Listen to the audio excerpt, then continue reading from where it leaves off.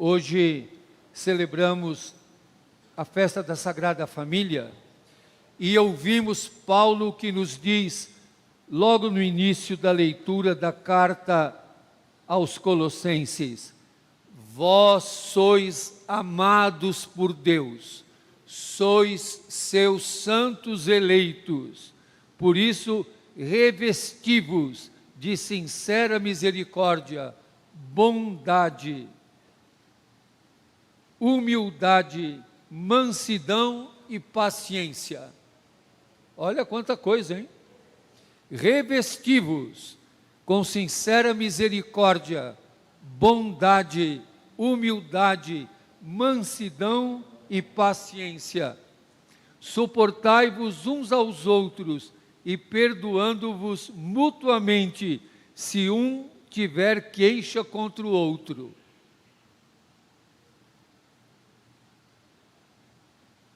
Como o Senhor vos perdoou, assim perdoai também. É isso que nos torna a família de Deus. Isso que nos torna a família de Deus. Não é na uniformidade e nem que as pessoas sejam como nós queremos, mas que nós saibamos conviver na diversidade.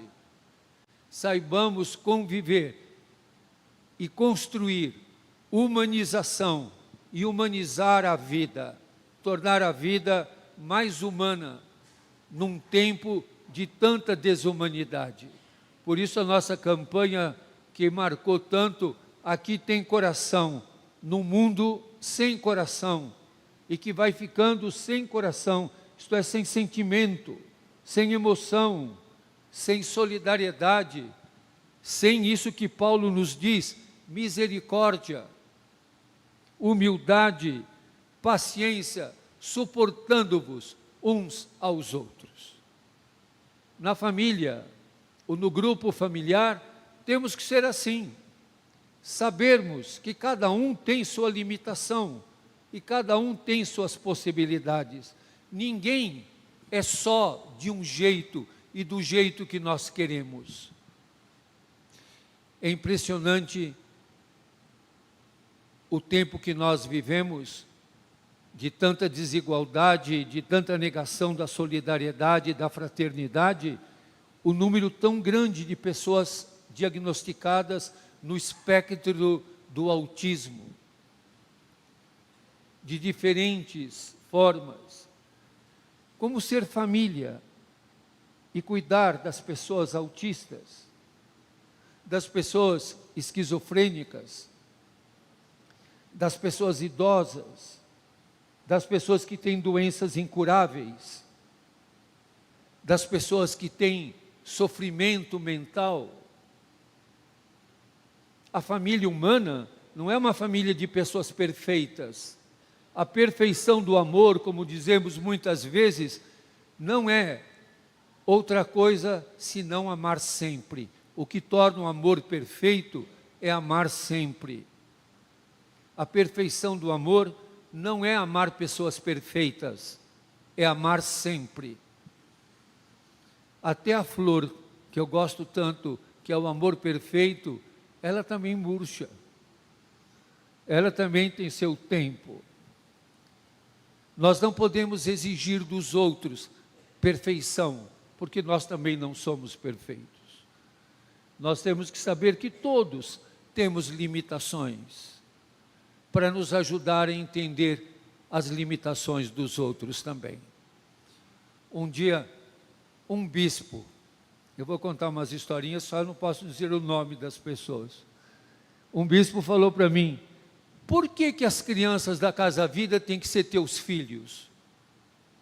Olha, eu nunca pedi que eles me chamassem de pai.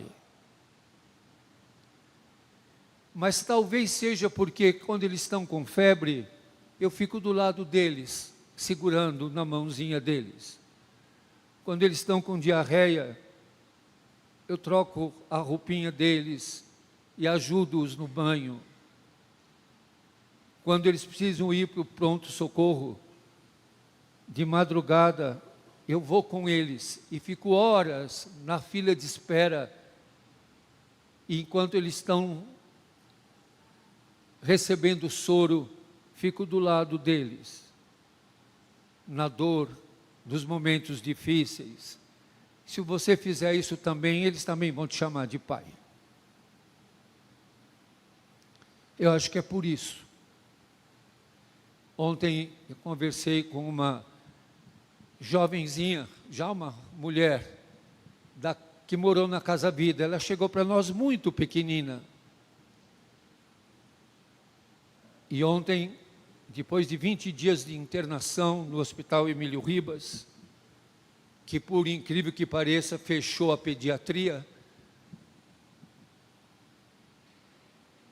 fechou a pediatria do Emílio Ribas, imagina. E essa jovem falou para mim no telefone: pai,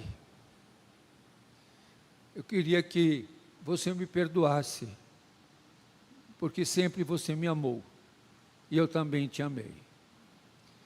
Eu lembro muito do dia em que ela veio me questionar e trouxe a certidão de nascimento dela, com o nome do pai, da mãe, do avô e da avó paterna, do avô e da avó materna, e cobrou de mim e disse: a minha certidão tem todos os nomes, e você não acha a minha família. Dos outros, você achou a família de todos. Eu que tenho todos os nomes na certidão, a minha família você não acha. Aí eu tive que conversar um bom tempo com ela e dizer: esses nomes todos que estão na tua certidão, foi o juiz que colocou, essas pessoas não existem. E quando eu encontrei com o juiz, eu falei para o juiz: isso que você fez foi abuso de poder. Você não podia ter enchido a certidão dela de nascimento de nomes, sendo que essas pessoas não existem. Aí ela me perguntou: mas se essas pessoas não existem, e o juiz não conhecia meu pai e minha mãe, como é que ele sabia meu nome? Falei: ele não sabia teu nome. O teu nome foi ele que deu também. Mas se ele não sabia meu nome, nem o nome do pai e da minha mãe, como é que ele sabia o dia do meu aniversário? E eu tive que dizer para ela: ele não sabia também. Foi feito o exame dos seus ossos para ver a idade óssea, e ele pôs essa data de nascimento para você.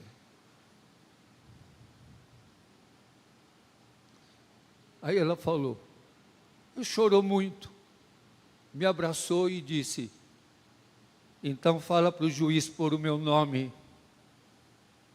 E falou o primeiro nome dela e disse: fala para o juiz pôr o meu nome, Lancelotti.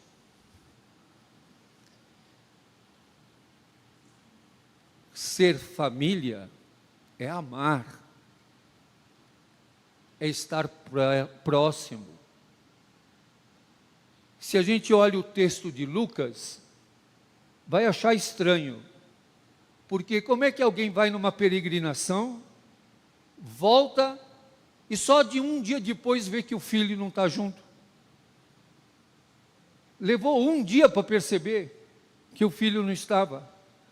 Voltaram. Se ele levou um dia para perceber, levou um dia para voltar. E ainda depois de 3 dias que encontraram. Essa família é meio descuidada, né? Perdeu a criança assim. Era um adolescente, jovenzinho de 12 anos. Não perceberam que ele não estava.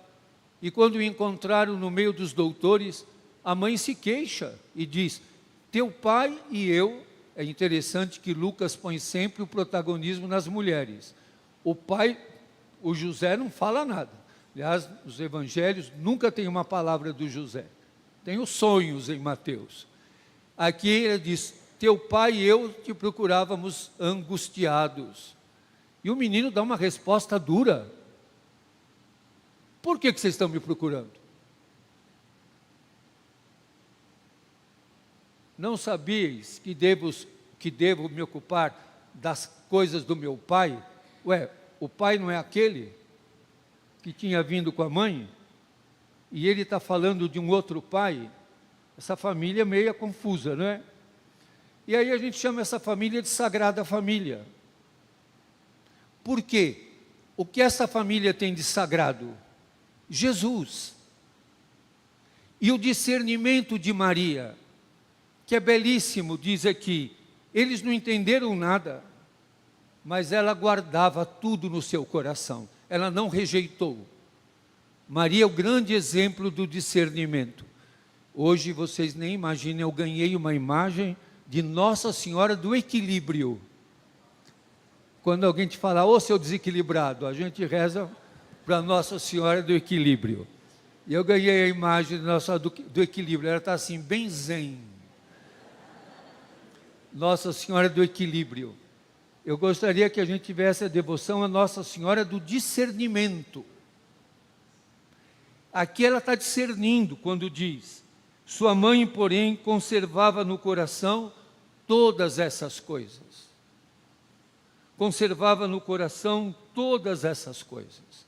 Nós precisamos conservar no coração tudo aquilo que Jesus nos diz, para discernir, para encontrar o amor, para discernir na família humana, que nós temos que entender a todos, acolher a todos e todas, não rejeitar ninguém, não ter preconceito, não ter discriminação. Vocês imaginem que às vezes essa visão estreita faz do que nas paróquias se rejeitem batizar crianças de segunda união. As crianças que nós batizamos, 70% delas são de segunda união. Por que as uniões se tornam tão instáveis? Não é porque as pessoas são más. Nós precisamos entender essa sociedade líquida, como diz o Bauman, que nós estamos vivendo, onde tudo se torna líquido, onde as relações se tornam provisórias. Amar sempre é um grande desafio. E amar sem discriminar. O Papa tem insistido tanto de não rejeitar os grupos LGBTQIA+, de não rejeitar batizar as crianças de grupos familiares homoafetivos. E ainda há comunidades que rejeitam de batizar crianças de grupos familiares homoafetivos. Isso é inaceitável. Jesus contestou 3 conceitos que eram aprisionados pelas autoridades do seu tempo. O conceito de Deus. Jesus revela um Deus humano, amoroso, tão humano que é divino. Um Deus próximo, misericordioso e compassivo. Estão nas parábolas de Lucas, nas parábolas da misericórdia. Jesus questionou o conceito de pátria, abrindo espaço para todos, não rejeitando ninguém. Lembrem que no Evangelho, Lucas conta como Jesus foi agredido porque falou da viúva de Sarepta e falou do leproso Naamã, o sírio. Deus é para todos, não rejeita ninguém. E Jesus também implodiu o conceito de família, dizendo, quando disseram para ele, tua mãe e teus irmãos estão aí, e Jesus diz, minha mãe e meus irmãos são aqueles que ouvem e vivem a palavra de Deus. O que nos faz família é o amor, não é o papel, não é o documento, não é o DNA. Vocês imaginem que hoje tem que ter um ministério público que fiscalize se estão se cuidando dos idosos.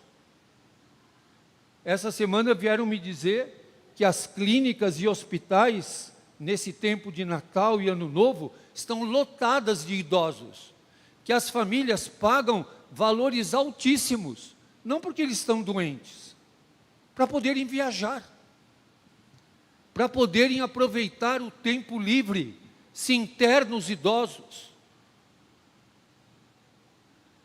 E aí nós assistimos um espetáculo como há poucos anos assistimos aquele golpe indecente no Brasil, em que os deputados e as deputadas votavam dizendo, pela família.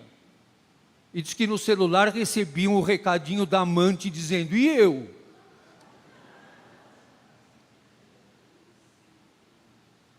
Aí a gente tem que perguntar, de que família que a gente está falando? De que família que a gente está falando? Da tradicional família brasileira? A tradicional família brasileira é indígena. A tradicional família brasileira é negra. Essa é a tradicional família brasileira. É indígena, é negra, é ameríndia. Essa é a família tradicional brasileira. E hoje nós exterminamos os indígenas. Eles não são nossas famílias? Eles não são nossos ancestrais? Nós discriminamos os negros, os quilombolas. Ora, eles não são nossos familiares? Nós não somos todos afro-ameríndios? Nós somos descendentes e filhos da África. Nós não podemos negar isso. Nós temos que ter uma visão de família onde estejam todos e todas, onde não se exclui ninguém, e ter capacidade de discernir, de não discriminar. Nós estamos vivendo a era do condomínio, onde fica tudo cercado, cheio de luzinhas, mas onde Jesus não pode entrar. Imagine se Jesus consegue entrar num desses condomínios de luxo aqui da Moca. Tem que parar a primeira grade, se identificar, ficar no meio das duas grades, passar na outra grade. É mais fácil de entrar na cadeia. É mais fácil de entrar na penitenciária do que entrar nesses condomínios cheios de segurança, onde as famílias chamadas de bem não se cumprimentam nem no elevador. E aonde, quando tem academia, cada um procura horário que não vai ninguém, que é para não encontrar e não cruzar com ninguém. E são os defensores da tradicional família brasileira. Então deviam ser todos indigenistas e cuidarem e defenderem os indígenas. A gente tem que ter, quando celebra solenidades como essa, juízo, discernimento, saber o que é que nós estamos celebrando.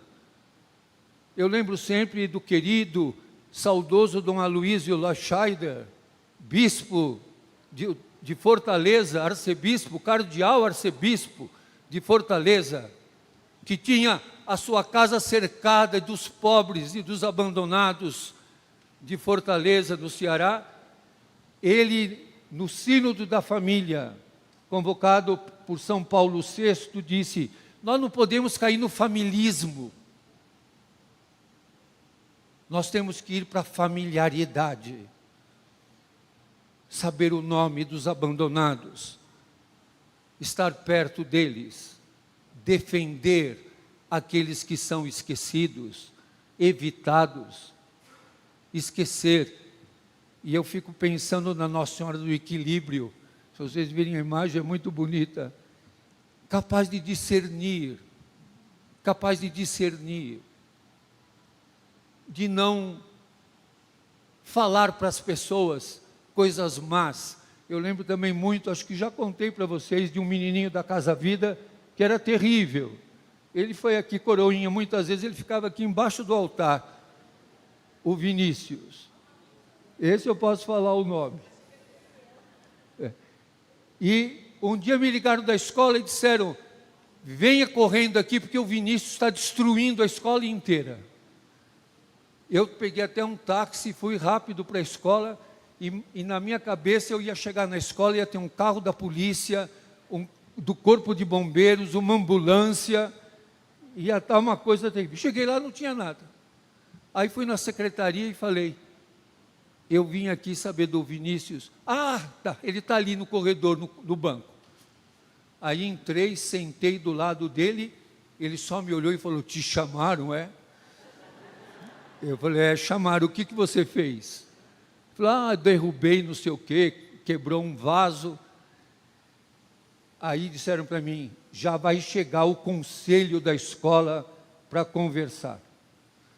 Aí chegou a diretora, a vice-diretora, a assessora da diretora, a secretária da diretora, todas as professoras, a coordenadora, formou um tribunal, e todos diziam, porque ele isso, ele aquilo, ele faz isso. E a gente foi ouvindo tudo aquilo, parecia uma montanha na nossa cabeça. Quando terminou, eu falei, olha, tudo que vocês falaram é verdade. O Vinícius faz tudo isso aí mesmo. Mas também ele é carinhoso. Ele gosta dos pobres. Quando ele vê alguém na rua, ele fica me chamando, enquanto eu não for lá dar comida, ele não para de puxar a minha roupa e diz, você não vai fazer nada? E depois que a pessoa come, ele diz, e não vai ter sobremesa? E depois que dá a sobremesa, ele diz, não vai ter um suco? Falei, vocês só falam para ele as coisas ruins e erradas. Falem para ele as coisas boas que ele faz. Aí as lágrimas dele correram, juntaram no queixo e pingavam. Eu disse, digam para ele coisas boas. E aí uma professora falou, é verdade. Quando eu não venho, no outro dia ele fala para mim, você está bem? Você precisa de alguma coisa? Eu senti falta de você. Vocês só falam para ele as coisas erradas que ele faz. Falem para ele as coisas boas também. A gente tem que ser capaz de dizer para o outro também as coisas boas que ele faz. Há culturas indígenas em que quando o índiozinho faz alguma coisa errada, se faz um círculo e o coloca no meio. E todos os indígenas dizem para ele as coisas boas que ele faz. Não dizem nenhuma coisa ruim. Só dizem coisas boas. É isso que nos faz família. E sermos familiares. Sermos capazes de conhecer as pessoas e dizer, eu sei que você tem limitações. Eu sei até das coisas inadequadas que você fez, mas você não deixou de ser meu irmão. Você não deixou de ser do meu grupo familiar. Você não deixou de ser filho de Deus. E que nós possamos dizer para todos, vós sois amados de Deus. Amém.